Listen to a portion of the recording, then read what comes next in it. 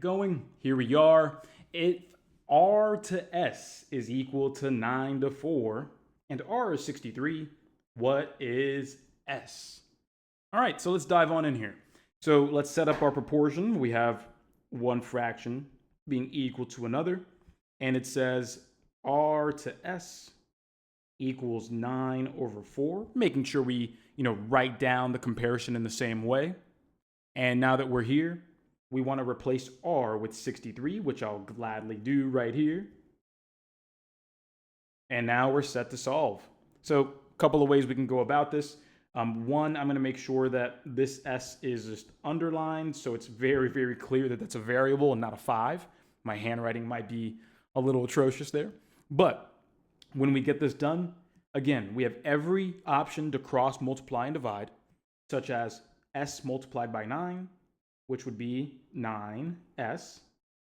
And then on the right side, watch this, we have 63 times 4, which perfectly doable, right? We are perfectly capable of taking 63, multiplying it by 4.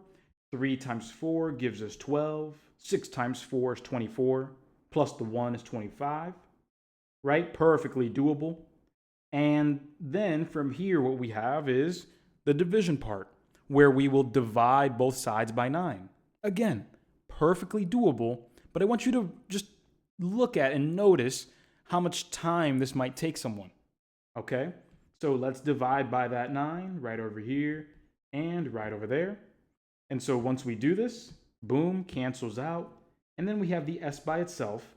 But now we might notice that we have to go ahead and use a little bit of long division, which again, isn't heinous, but it does take time. So 9 into 252, 9 into 25, that's going to be twice, minus the 18, because 9 times 2 is 18, gives us 7 left over. And then from there, we can drop the 2 to get 72. 9 into 72, that's going to end up being, well, that's 8. So there we are. Subtract the 72 for a clean division, and boom, the answer is 28. But we might be able to save a ton of time on this one, everyone. How do I know that?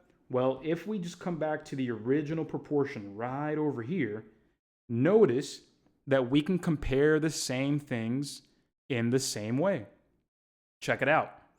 We have over here the comparison between 9 going to 63.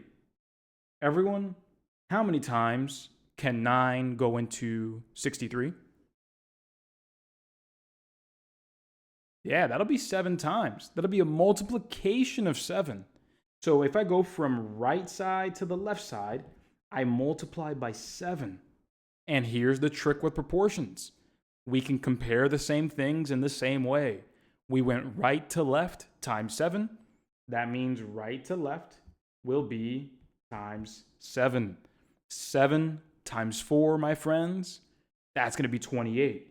And so notice how we can get the same exact correct answer, with a fraction of the effort. And that's what you want to look for.